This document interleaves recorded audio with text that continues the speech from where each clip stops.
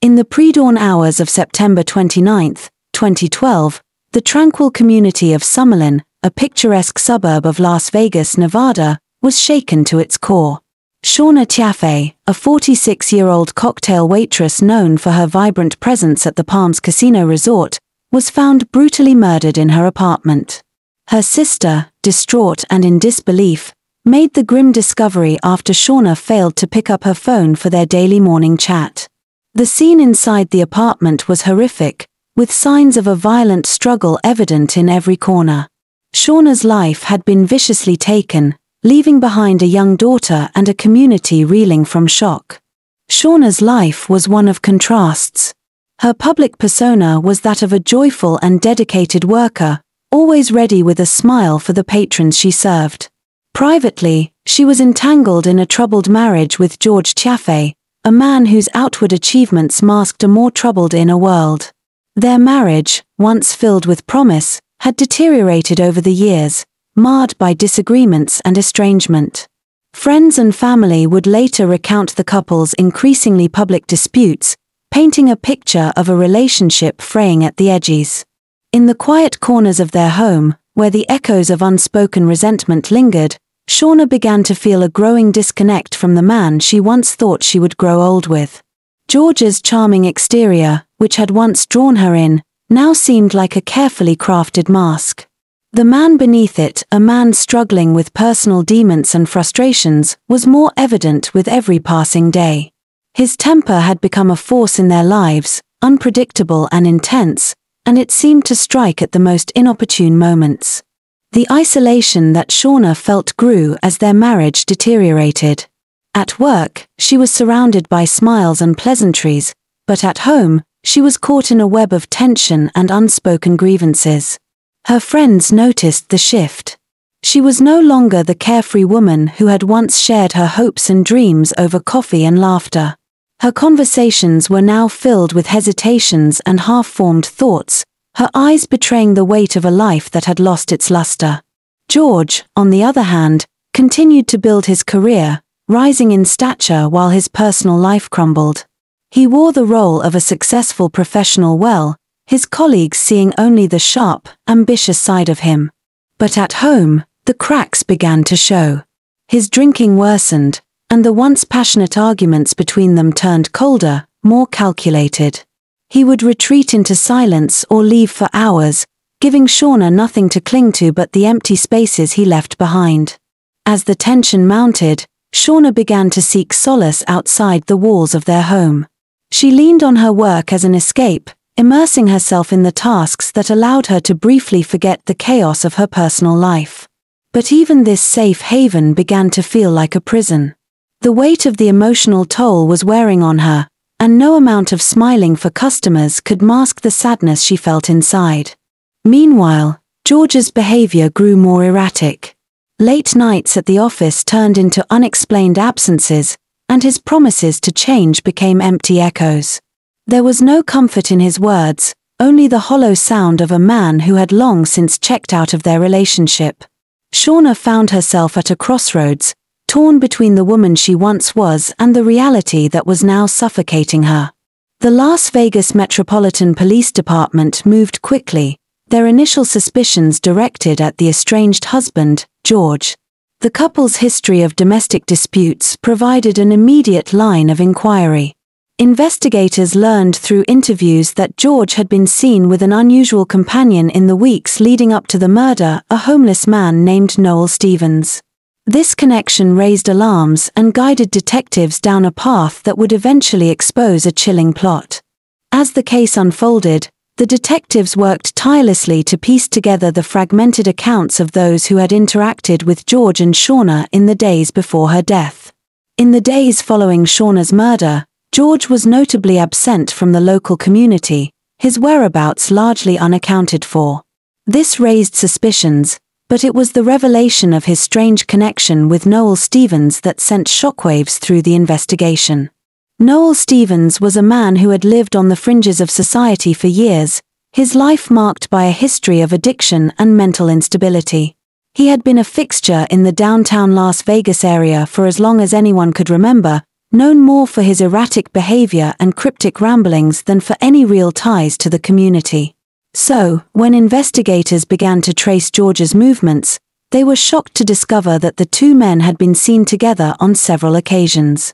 Witnesses from nearby businesses, those who had occasionally interacted with George, reported seeing him in the company of Stevens in the weeks leading up to the murder. At first, these encounters seemed insignificant, two men talking in hushed tones on street corners, exchanging words at late-night diners, sharing cigarettes and coffee in quiet, secluded spots. But as investigators dug deeper into their interactions, they found something far more sinister than a mere friendship. It wasn't long before detectives learned that George had been lending Stevens money, substantial amounts of cash that George, a man who had always seemed financially secure, could not explain. For George, money had always been a tool to maintain control, to present a facade of success and stability. But his recent actions, including his increasing involvement with a man of Stevens's background, painted a very different picture. The detectives knew they needed to dig further. Interviews with locals who frequented the area around Stevens's usual haunts painted a troubling picture of the homeless man's life. While Stevens had a reputation for being unpredictable and even dangerous at times, no one had ever imagined he would be entangled in a crime as heinous as this. Yet the connection to George was undeniable. As investigators continued to probe, they discovered that George had been seen with Stevens on the night of Shauna's murder, just hours before her body was found. The discovery of this link sent the investigation into overdrive. Detective Sarah Lawson, the lead investigator on the case, meticulously pieced together the timeline. She traced George's movements that evening, cross-referencing witness testimonies, surveillance footage, and phone records. What she uncovered sent chills down her spine. George's phone had pinged off a tower near a deserted part of town just a few miles from where Shauna's body had been discovered. The timing of the phone call was alarming, just after the estimated time of death. With this new lead in hand, Detective Lawson began to unravel a pattern of deception that led directly to George and Stevens. But there was one crucial piece missing: the motive. To understand the motive, Lawson and her team dove into the couple's history, unraveling the intricate details of their relationship. Shauna had been struggling for years, but George had always been able to keep up appearances. The detectives soon uncovered something darker: George's mounting financial pressures, his relationship with Noel Stevens, and the unraveling of his carefully constructed life. As they sifted through George's financial records, they discovered a hidden world of debts, gambling losses, and mounting personal failures that had been kept under wraps. For years, George had been living a double life, one as the successful, charming businessman, and another as a man desperate to keep his crumbling finances out of the public eye. With Shauna's death, George saw an opportunity to regain control over his life, to erase the financial burdens that had been suffocating him. But the connection between George and Stevens was more than just financial. Detective Lawson's team began to uncover messages, letters, and phone calls between the two men, ones that spoke of desperation and a mutual agreement to take drastic action. It seemed that George had enlisted Stevens as a means of eliminating the one person who could derail his plans for a fresh start, Shauna. The final piece of the puzzle fell into place when they uncovered a series of texts from George to Stevens, urging him to take care of it. The chilling implication was clear: George had orchestrated Shauna's murder, using Stevens as his pawn in a desperate, calculated move to regain control of his life. As the investigation continued to unfold, the shocking nature of George's actions became apparent. His public persona, that of a successful, family-oriented man, had been nothing more than a mask.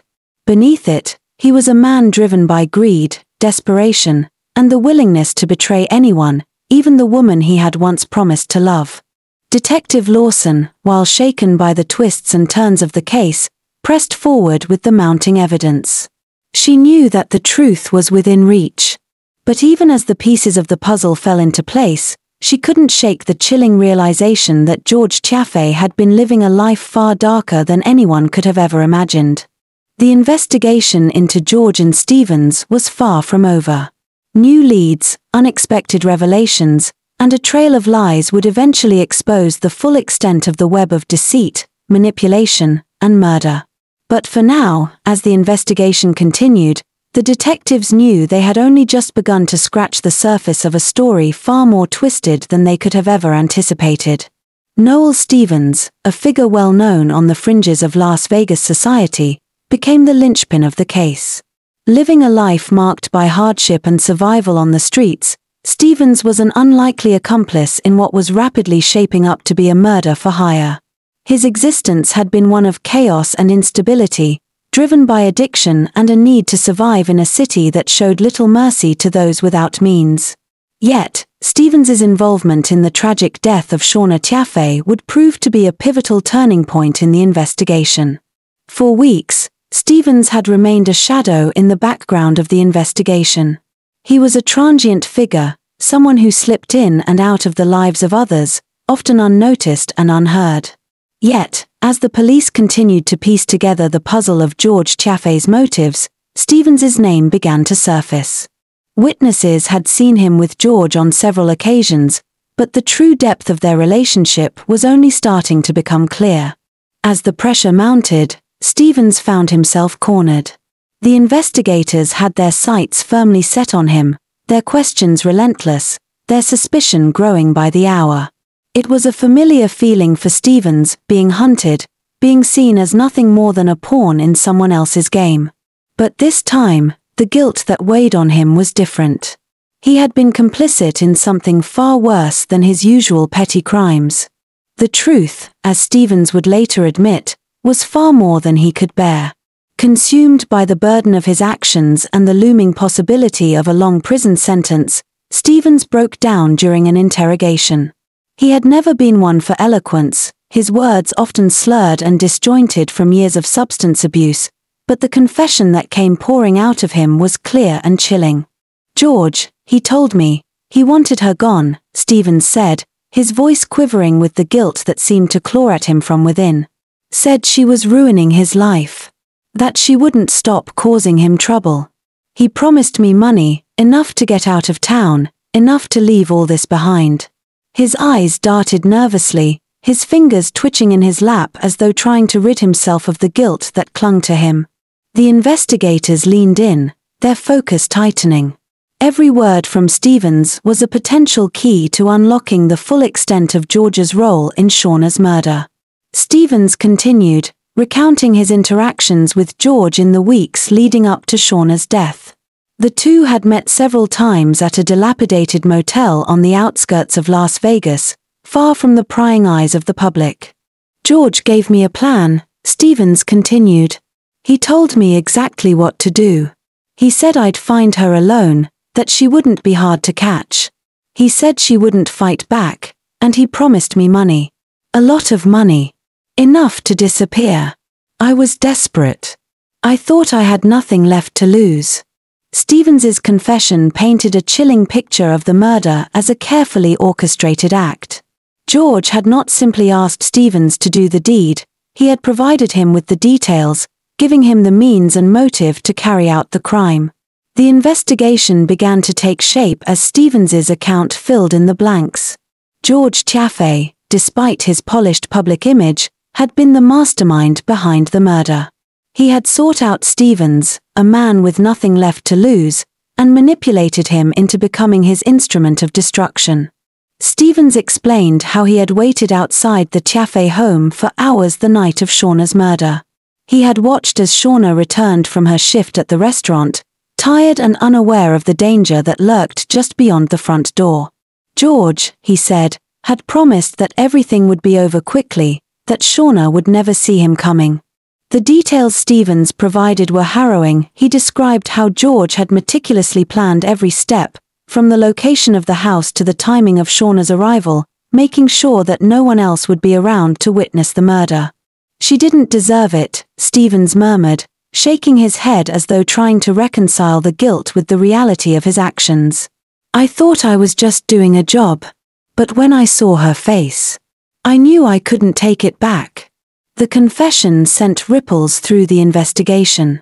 Stevens's words were shocking, not just for the betrayal of Shauna's trust, but for the calculated coldness with which George had orchestrated the crime. It was becoming increasingly clear that George's motivations went far beyond the simple frustrations of an unhappy marriage.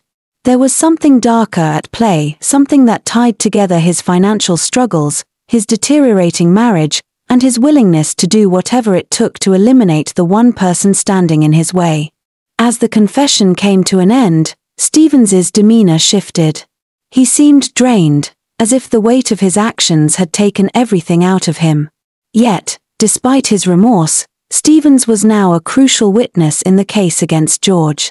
His testimony, coupled with the mounting evidence, was the key to unearthing the full extent of George's role in the murder. Detective Lawson knew the confession was only the beginning. They now had to build a case that would hold up in court, one that would expose George for the man he truly was. But she couldn't shake the nagging feeling that there was more to uncover, more layers to the web of deceit that had entangled not just George, but those around him as well. As Stevens's confession was logged and processed, the investigation intensified. For the first time, the detectives began to glimpse the full scope of George Tiaffay's dark world. And though Stevens had come forward, the case was far from over. With every new detail that emerged, the true depths of George's involvement became clearer, and the path to justice for Shauna Tiaffay grew ever more tangled and complex. The trial of George Tiaffay was a media spectacle, drawing attention from across the nation. The courtroom was packed every day, with journalists, spectators, and curious onlookers eager to catch a glimpse of the man whose calculated actions had shattered a family and taken a life. The case was one of the most high-profile in Las Vegas history, and the tension was palpable. It wasn't just about the murder of Shauna Tiaffay, it was a trial that exposed the dark undercurrents of betrayal, greed, and manipulation that lurked beneath the surface of a seemingly perfect life. The prosecution team, led by District Attorney Rachel Carr, wasted no time in building a case designed to unravel George's carefully crafted public persona. The strategy was clear. They would present a story of a man so consumed by his desire for control and wealth that he was willing to murder his own wife to achieve it.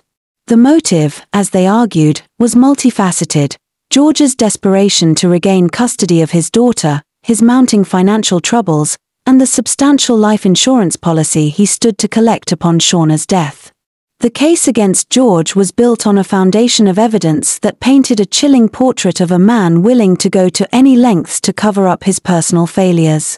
Phone records were central to the prosecution's argument, showing multiple conversations between George and Noel Stevens in the days leading up to the murder. These calls, which had initially seemed innocuous, now took on a sinister meaning in light of the confession from Stevens. Surveillance footage from various locations further corroborated the timeline, showing George in the vicinity of the Tiaffay home and other key locations on the night of the murder. Forensic evidence was just as damning. The crime scene had been carefully analyzed, with experts pinpointing the time of death and identifying traces of George's presence in areas around the house that would have been impossible for him to avoid. Bloodstains in the garage, a set of fingerprints on a bottle found near Shauna's body, it all connected back to George. Each piece of evidence was carefully laid out, showing that the murder was not a crime of passion, but a well-orchestrated plan that George had put into motion.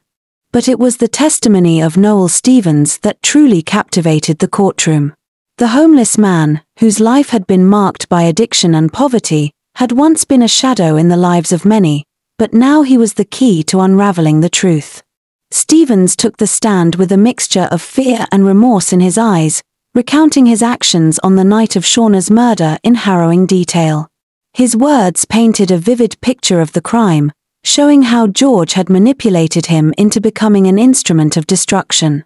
Stevens spoke of the meetings with George in the weeks leading up to the murder, describing how George had painted a picture of an easy job, one that would solve all his problems. He detailed how George had given him explicit instructions how to approach the house, when to strike, and what to do afterward. It was a chilling account, one that left the jury in stunned silence as they realized just how far George was willing to go to achieve his goal. "I didn't know what I was getting into," Stevens said, his voice breaking as he recalled the moment he walked into the Tiaffay home. "He promised me money. He promised me freedom. I thought I was just doing what he told me. I didn't know. I didn't know she was going to die." The defense, led by the experienced attorney Marcus Crowley, fought hard to discredit Stevens's testimony. They painted him as an unreliable, desperate man, a career criminal with a long history of dishonesty and instability. Crowley argued that Stevens had fabricated the story to save himself, that he had an axe to grind and was willing to say anything to avoid the harsh consequences of his own actions. He even attempted to suggest that Stevens's confession had been coerced, claiming that the police had pressured him into making statements that weren't true. But the prosecution was prepared. They countered with the overwhelming evidence of George's involvement, using Stevens's testimony not just as a narrative of the murder, but as a crucial piece of the puzzle that confirmed their suspicions. They painted George not as a grieving husband, but as a calculating man who had turned his marriage into a business transaction, using Shauna's death as a way to escape his financial troubles and claim a large life insurance payout. The jury listened, rapt, as each piece of evidence fell into place. As the trial continued, the tension in the courtroom only grew. The defense tried to create doubt, but the prosecution's case was airtight. The final blow came when the prosecution presented a key piece of evidence, an email from George to a financial advisor in which he inquired about the life insurance policy just weeks before Shauna's death. This email, along with the phone records and Stevens's testimony, painted a clear picture of premeditated murder. George's own demeanor during the trial did little to help his case. His once charismatic, confident presence seemed to wither in the face of the damning evidence. He appeared distant, his face often blank, his eyes avoiding the gaze of the jury. It was as if the mask he had worn for so many years had finally cracked, revealing the man he truly was.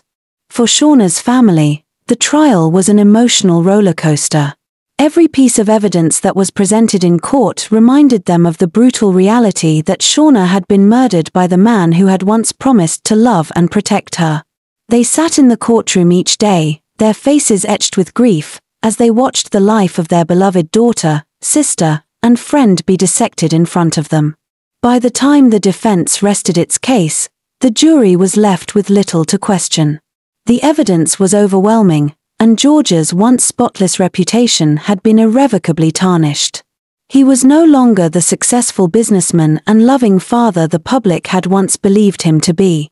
Instead, he was a man who had orchestrated the murder of his wife for nothing more than money and control. As the jury deliberated, there was a quiet sense of anticipation in the air. It was clear that justice for Shauna was within reach. The trial had exposed the truth, the darkness that had been hiding beneath the surface of George Tiaffay's life. And though the road to this moment had been long and painful, Shauna's family could finally see the possibility of closure on the horizon. The jury's decision would not just be a verdict, it would be a final statement on the life of a woman who had been taken far too soon, and the man who had callously taken it from her. As the trial progressed, the community of Summerlin and the wider public grappled with the implications of the case.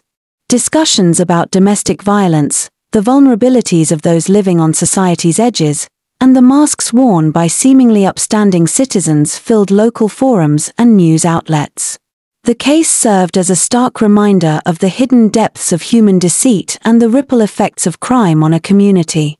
In the tight-knit suburban enclave of Summerlin, where manicured lawns and quiet streets were the norm, the murder of Shauna Tiaffay was an unthinkable tragedy. For years, George and Shauna had been viewed as the quintessential couple, well-dressed, professional, and with a picture-perfect family.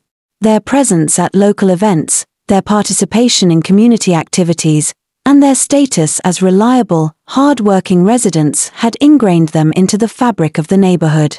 But as the layers of George's betrayal were peeled back during the trial, the glossy veneer of normalcy was shattered, and the community was forced to confront an uncomfortable reality. The people they had trusted, the people they had thought they knew, were capable of unimaginable darkness. The news outlets were filled with updates, and social media buzzed with speculation. Local forums became flooded with impassioned discussions. For many, this was more than just a story of a tragic murder, it was a personal wake-up call. People began questioning everything they had taken for granted, grappling with the harsh truth that danger could hide behind the most ordinary of faces. Those who had been friends with the Tiaffays, acquaintances who had once enjoyed dinner parties and casual conversations with the couple, now found themselves questioning their judgment. How could they have missed the warning signs? What had they overlooked? At community centers, local churches, and social gatherings, conversations about domestic violence surged to the forefront. Women and men alike reflected on the invisible chains that bind people in toxic relationships, and many began to share their own stories. It was as though the Tiaffay case had pulled back the curtain on issues that had long been swept under the rug: unspoken fears, hidden abuses, and the toxic dynamics that often lurked behind closed doors. Survivors of domestic violence came forward, emboldened by the sheer audacity of George's actions, and many expressed how important it was for society to acknowledge and address these issues openly. "I never thought something like this could happen in a place like Summerlin," said one local resident during an interview. "We live in a bubble here, where everything looks perfect on the surface." But Shauna's death showed us all how easy it is for something so dark to be hiding just below. The public's fascination with the case was not just a morbid curiosity, it was an uncomfortable confrontation with the reality that no one is truly immune to the kind of betrayal that Shauna had endured. Domestic abuse, financial manipulation, and murder for hire were no longer abstract ideas to be discussed in theory. They were real, they were happening in their own community, and they were hiding in plain sight. In the wake of the trial, a series of community events were organized in Shauna's memory. A candlelight vigil was held, with dozens of her friends, family, and community members gathering to honor her life and reflect on her untimely death. As people stood together in silence, their candles flickering in the cool evening air, many found themselves reflecting on the way they had once seen George Tiaffay, a seemingly perfect husband, a father devoted to his daughter, a businessman who always had the right things to say. They were reminded that appearances can be deceiving, that the story someone presents to the world may be only a shadow of the truth. For the Tiaffay family, the trial had been an emotional roller coaster. While the conviction of George seemed like a step toward justice, it was far from the closure they needed. Shauna's parents, who had once trusted George as their son-in-law, were left with the painful reality that the man they had welcomed into their family was the same man who had taken their daughter's life. The trial had exposed the deep cracks in the family's foundation, and for Shauna's daughter, the impact was undeniable. The little girl who had once been the apple of George's eye now faced a future without her mother and without the man she had once called father. In the weeks that followed, therapy groups and support networks sprang up around the community, offering counseling to those who had been affected by the case. It was clear that this tragedy had done more than just tear apart the Tiaffay family, it had reached deep into the community, stirring up emotions and opening wounds that many had long kept hidden. People began to speak out about the pressures of maintaining a perfect image, of the ways in which people are often trapped in relationships that appear normal on the outside but are suffocating on the inside. The case had made it impossible for the community to ignore the uncomfortable truths that had long been overlooked. Shauna's death, though tragic, had sparked an awakening. Conversations about mental health, the pressures of societal expectations, and the hidden dangers of domestic relationships had begun to take center stage. For some, it was a turning point, a call to action to take better care of one another, to see beyond the masks people wear, and to never ignore the signs of a life falling apart behind closed doors. As the months passed, the community slowly began to heal. But it was a long road, and the scars left by the murder of Shauna Tiaffay would never completely fade. Her death had cast a long shadow, one that would hang over the neighborhood for years to come. But in the wake of that darkness, a new light had begun to shine, a light that urged the community to reflect, to learn, and to grow. It was a painful lesson, but one that would forever change the way people looked at the lives of others, the masks they wore, and the secrets they kept. In the end, the jury returned a verdict of guilty on all counts against George Tiaffay. After weeks of deliberation, the decision was swift. There was no room for doubt. George Tiaffay had orchestrated the murder of his wife, Shauna, with chilling precision, and his actions had left a trail of destruction in their wake. He was found guilty of first-degree murder, conspiracy to commit murder, and multiple counts of financial fraud. The sentencing hearing that followed was a somber occasion, one that offered little comfort to those whose lives had been torn apart by his actions. As the judge read the verdict aloud, a hush fell over the courtroom. Shauna's family, sitting in the front row, exchanged glances, part relief, part grief. They had fought long and hard for this moment, and now it was finally here. Yet, despite the sense of justice that filled the air, there was no sense of victory. The pain of Shauna's death still loomed large, and the reality of what had been lost could never be fully erased by a court decision. George Tiaffay stood motionless as the verdict was read, his face betraying little emotion. Gone was the confident, well-groomed man who had once appeared in public with a smile that masked his true nature. In his place stood a man defeated, the full weight of his crimes sinking in with every word the judge spoke. For a moment, he seemed to shrink before the eyes of the court, the consequences of his actions crashing down on him. When the judge handed down the sentence, life in prison without the possibility of parole, there was a collective sigh of relief in the courtroom. For Shauna's family, this was the justice they had been waiting for, the closure they had longed for since the moment they learned of Shauna's brutal murder. The sentence was harsh, but it was fitting for a man who had shown no remorse for the crime he had committed. The tears that Shauna's mother shed were not for happiness, but for the bitter finality of the situation. Their daughter would never return, and now, their granddaughter's future had been forever altered. Shauna's daughter, still too young to fully comprehend the implications of her father's actions, sat quietly with her grandmother. The child's innocence was a stark contrast to the heartbreak of the situation. In the years to come, she would grow up without her mother, without the guiding hand of the woman who had once nurtured her, and with the dark shadow of her father's crimes hanging over her. For Shauna's family, that was the true tragedy. George's betrayal had not only cost them their beloved Shauna, but it had also robbed an innocent child of the mother she needed most. Outside the courtroom, a crowd had gathered to hear the verdict, some with signs of support for the family, others simply curious about the outcome.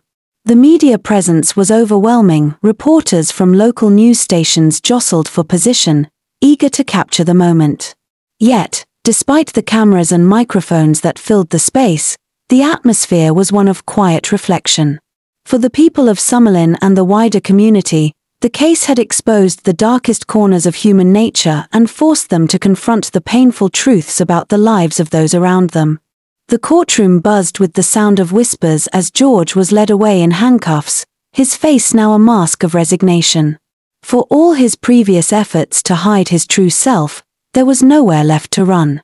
The lies, the manipulation, the greed, it had all led to this. In a final act of defiance, George's attorney had suggested the possibility of an appeal, but those in the courtroom knew that the case against him was airtight. No amount of legal maneuvering could undo the damage he had caused. For Shauna's family, the sentencing was a moment of finality, but it did little to fill the void left by her absence. Her mother, father, and siblings had spent months reliving the horrors of her death through the trial, and now they were forced to reckon with the reality that George's conviction would not bring her back. No amount of time behind bars could undo the pain of losing Shauna. They could only move forward, one day at a time, carrying the memory of the woman they had loved and lost. The sentence, though a significant milestone in the fight for justice, was bittersweet for the community as well. The trial had shaken Summerlin to its core, leaving behind a trail of questions and an unease that would linger for years. People would look at one another differently now, their trust in the seemingly perfect lives of their neighbors forever altered. They would be more cautious, more aware, and perhaps more skeptical of the facades people wear to hide their true selves. In the weeks following the trial, Shauna's family set about creating a memorial in her honor. It was a simple tribute, a bench placed in a quiet park near her home, inscribed with her name and a message that read, "In loving memory of Shauna Tiaffay, a mother, a sister, a friend." It was a place where those who had known Shauna could come together, reflect, and remember the woman she had been, a kind, compassionate soul who had been taken too soon. As for George, he would spend the rest of his life in prison, his days marked by isolation and the weight of his guilt. He had made his choices, and now he would live with the consequences. In the end, justice had been served, but it was a hollow victory. The damage had already been done. The lives that had been shattered could never fully heal, and the future that had once seemed so bright for Shauna and her family had been forever darkened by the greed and malice of one man. The verdict, while a clear statement of accountability, could never bring back what had been lost. But in the quiet moments, as Shauna's family and community gathered together to mourn, there was a sense of solidarity, a reminder that even in the face of overwhelming grief, there is strength to be found in each other. It was a painful chapter in their lives, but they would move forward, remembering Shauna's warmth, her laughter, and the love she had so freely given to those around her. Justice had been served, but the true measure of healing would come with time, and with the love they continued to carry for Shauna. Years after the trial, the legacy of Shauna Tiaffay's life and tragic death continues to resonate. What began as a story of love lost and betrayal now stands as a testament to the resilience of those who loved her and the tireless efforts to honor her memory through meaningful change. Though Shauna's life was brutally cut short, the ripples of her story have shaped a movement, one that strives to protect others from the dangers of domestic violence, manipulation, and the secrecy that often hides behind closed doors. Her family, still grieving but now with a renewed sense of purpose, worked diligently to ensure that Shauna's death was not in vain. They turned their pain into action, pushing forward with initiatives that would protect others from facing similar fates. Shauna's parents, especially, became vocal advocates, speaking at community events and domestic violence awareness programs. What had been their worst nightmare, the loss of their daughter, was transformed into a relentless campaign to bring awareness to the often hidden reality of abusive relationships and the devastation they can cause. Their efforts led to the creation of the Shauna Tiaffay Foundation for Domestic Violence Awareness, an organization dedicated to providing resources for those in abusive relationships and advocating for stronger protections and laws for victims. The foundation's mission was clear: to offer a lifeline to those trapped in dangerous situations, to provide education about the signs of abuse, and to create safe spaces for those who had nowhere else to turn. Through the foundation, Shauna's family worked closely with legislators, helping to drive the creation of laws aimed at better supporting victims of domestic violence. Their work resulted in a statewide initiative that increased funding for shelters, expanded access to legal protection for those seeking restraining orders, and created a network of trained professionals to assist individuals who feared for their safety. Their advocacy helped shape public policy that made it harder for abusers to continue their control and manipulation of victims, giving hope to countless individuals who had once felt trapped, just as Shauna had. The foundation also organized outreach programs in schools and community centers, where they held seminars to educate young people about the signs of abusive behavior in relationships. By starting early, they hoped to break the cycle of abuse before it could take root in future generations. The message was clear: love should never come at the cost of one's safety or self-respect. Shauna's story, while marked by tragedy, became a powerful catalyst for change. Her family's dedication to preserving her memory and pushing for reform sparked a wave of awareness that reached across Nevada and beyond. In local schools, students began to learn about healthy relationships and how to spot the early signs of emotional or physical abuse. Parents attended workshops designed to help them understand the complexities of domestic violence, and more victims began to speak out, emboldened by the knowledge that they were not alone. It wasn't just the Tiaffay family who felt the impact of Shauna's death. The community of Summerlin, which had once been so shaken by the revelation that someone they had known so well could be capable of such horrors, came together to support the cause. Local businesses donated funds to the foundation, and volunteers helped organize events to raise awareness about domestic violence. It became a collective effort, a community united in the memory of a woman who had been taken too soon but whose death had left behind a legacy of change and empowerment.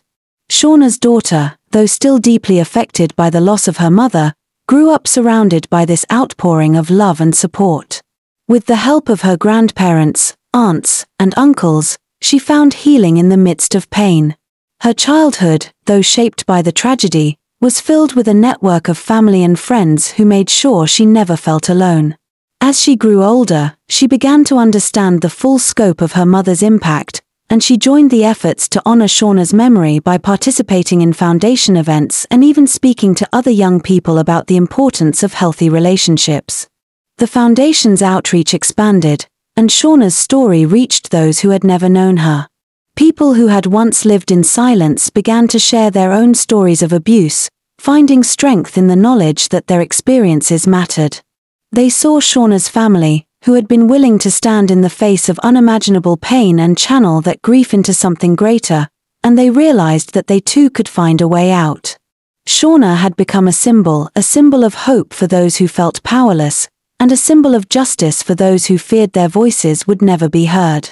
In the years following the trial, many of the community members who had once been swept up in the spectacle of the case began to reflect more deeply on what they had learned.